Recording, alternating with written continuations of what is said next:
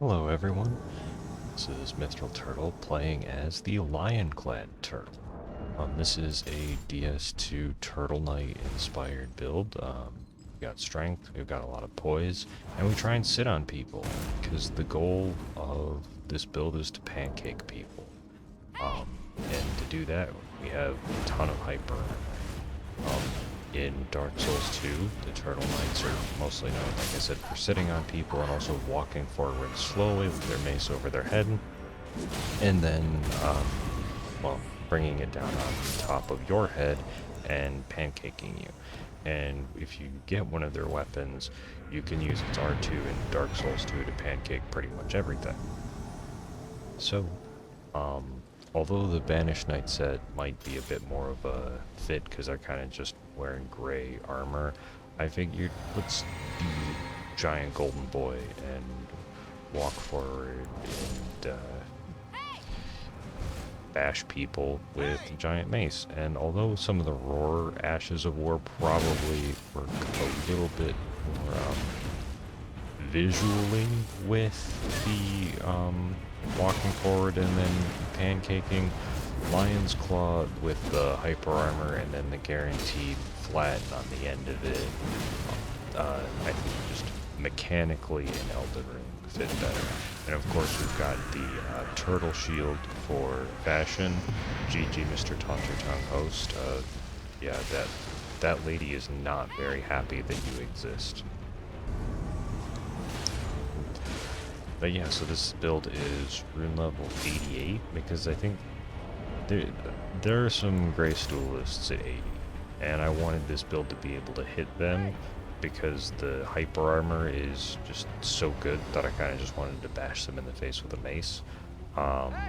Here in this one, I am a little bit reluctant because if you look at the Phantom, he's got the mushroom hat. And I can't see his weapons, but I know it's dual thrusting swords.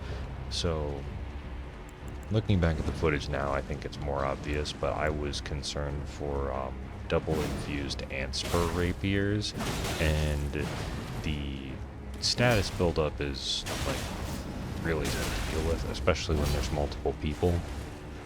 And there are a few statuses like Blood Loss and Frost that can break hyper armor, even if their attack wouldn't. So that's why I was initially relatively concerned and reluctant to just jump into the fray and throw it down, because the Academy is a little bit lower level than what we are. But not seeing that they weren't, I think he uses Poison Mist in a moment, but considering that those weren't Antspur rapiers or didn't have like frost other stuff, I was just like, alright, let's throw down. And here I go for the ground slam finish off of the zombie bite. So I guess like he has Poison Mist and he just like power thrusting swords. So yeah, that is good for him to not just use double Antspur. I love the running R2 with this mace, just like the dragging around the ground into... It's not a home run swing like Waves of Darkness and some of the other ones that like knock people down with it, but it's still a pretty good swing. And the Great Mace has pretty good reach. Not that I attempting spacing at all much with this build, other than occupying the space right in front of the host or their Phantom so I can keep swinging at them. Yeah, this was overall a really fun build and a fun follow-up to Bullfrog, being able to actually roll and not have to worry about heavy rolling and not getting out of things. And all these invasions were just on New Year's Eve. I was just chilling, watching a friend stream on Twitch, and yeah. Then in the meantime, just swinging large metal objects at hosts. And yeah, I think this invasion kind of just, and the first few kind of spoke for themselves, just in that against someone who is not super aware of the hyper armor, you are able to really leverage that in your favor, because there aren't um I don't know if there are really any enemies that have, like, maybe the omens have some hyper armor and the knights, but they're like, you can tell because they're like twice to 3 times your size. Now here, I don't, so yeah, as I get stumbled up, because the ruins is a tricky place to gauge for invasions. Like, sometimes you have people who just run and avoid all of the enemies, and basically won't engage you if there is even an enemy in, like, away in vision range. I don't blame people for not wanting to fight the Zamor soldiers, because they are ridiculously tough, but there are times when you just, like, want the people to play the level and move forward, because you don't want to just run into 3 people throwing spells at you. And with Blasphemous Blade and also just a lot of FP, I was concerned that this guy was over-leveled, but I wasn't super sure, but I felt pretty comfortable still just using the Great Mace. Yeah, because on the day I did record the voiceover, like, I had 2 guys that I just spawned in next to the bonfire. We all waved, and then we just had a duel next to the bonfire, because you're just like, oh, we spawn with no enemies around. And as you can see, the Zamor soldiers are nothing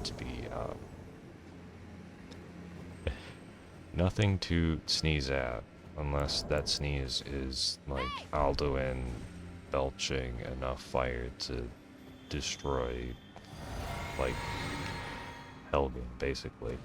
Now, this is one where I see the host, I saw 1 phantom. Unfortunately, there's not a lot of PvE support around here, and that phantom is using magically enhanced fist weapons, which is a little bit rough. And Bloodhound's Fang is pretty good. Like, it is. And then that guy comes in. Yeah, Raptor Talon with Bloodflame Blade is it's really good, because it has a true combo, so you just get a bunch of hits and blood build up. So with this build, despite these 2 Great Maces being, like, thematically what I use, I gave myself a full arsenal for a strength build to use hyper armor, just because I wanted to have some fun. So here I've got Rotten Battle Hammer. Unfortunately, the host gets me from behind, and unfortunately I don't have a run back with these guys, because I don't think they were Tanner's Tongued, but I wanted to include that one just because I dealt with the first Phantom really well, I felt like, and I think I got out of the Bloodflame Blade claw spam well. It's just unfortunate that the host timed his L2 when he did. Now, these guys, I think I was going to be like, oh, hey, we're gonna go for a walk, and they're like, no, we just wanted to corner you. So at this point, I'm just like, okay, we are gonna play the gravity game. And funny enough, though, as you'll see a little bit later, I was having some trouble with the reach of this weapon, but the Great Horn Hammer is kind of like Blasphemous Blade and the ancient Serpent God's Curve Sword, where that on PvE enemy defeat, as you can see from the red coming in, I get health back. And this is one of the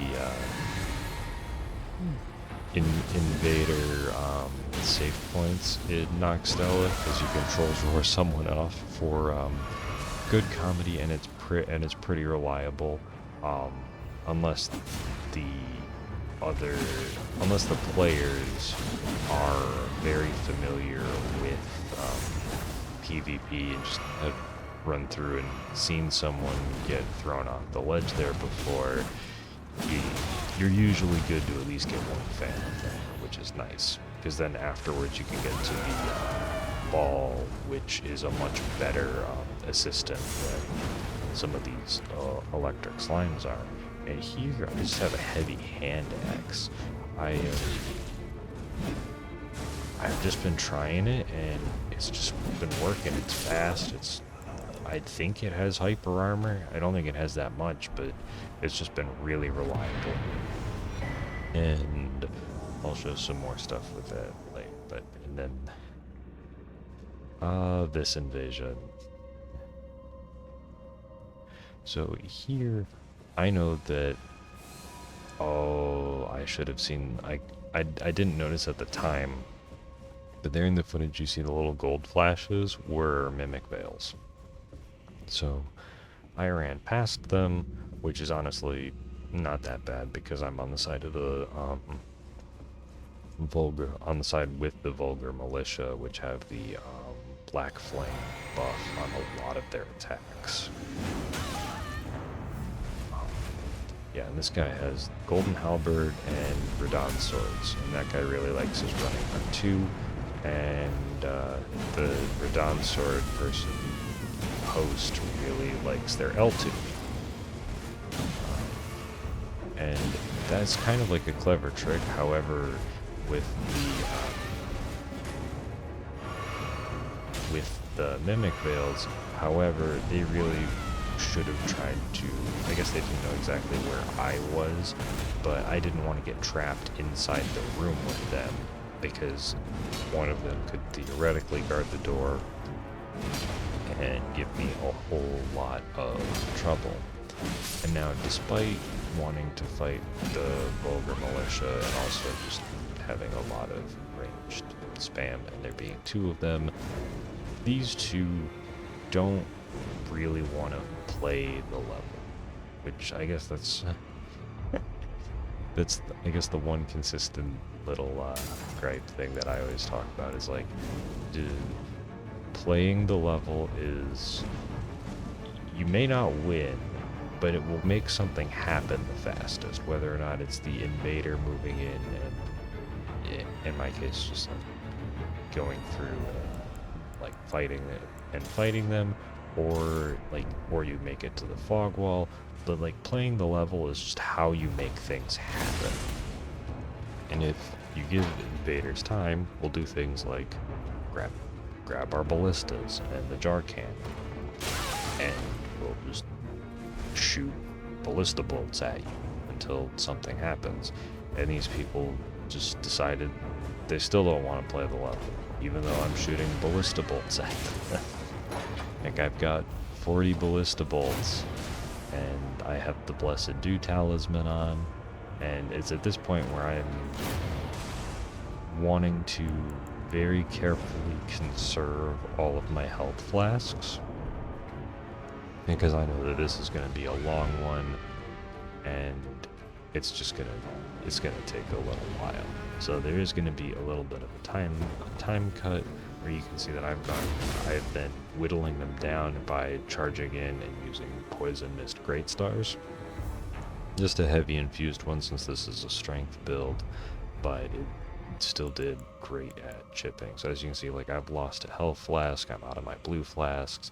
However, I have done outstanding just burning through all of their flasks. And this is my final charge going into there. And I forget what other talisman I equipped there, but for these long invasions, generally I override the Fashion Talisman, and like, they want me to come really far in, and you'd think that I wouldn't get away with that move, but I do. Oh yeah, and the mist heals you with Great Stars, so even though it doesn't do physical damage, it ticks of the mist get you health back. And there, I was not paying super good attention to how far the turn of Stormblade was, but I was really calm and didn't get jumping L1'd. And here I can reapplied poison to the host, and now that the Phantom's gone, I can use more variety in the arsenal if I didn't just catch them with those R1s. But yeah, with the huge Christmas sale, like, activity in Elden Ring has gone up. And here's just a funny, unfortunate situation as this guy's getting chased by an invader, a dog, and a bird, and a bunch of ghost soldiers in a moment. Thank you all for watching. I hope you enjoyed the Turtle edition of Invasions, inspired by a YouTube comment and a couple likes, and hopefully you enjoy it. And you could also see Saint Riot's turtle build, which is very different because that's all about actually like blocking and shields and the carrying sword, where I just walk forward and smack people. But yeah, sorry that you did not get the Grace host, but I wanted that. See ya, everybody.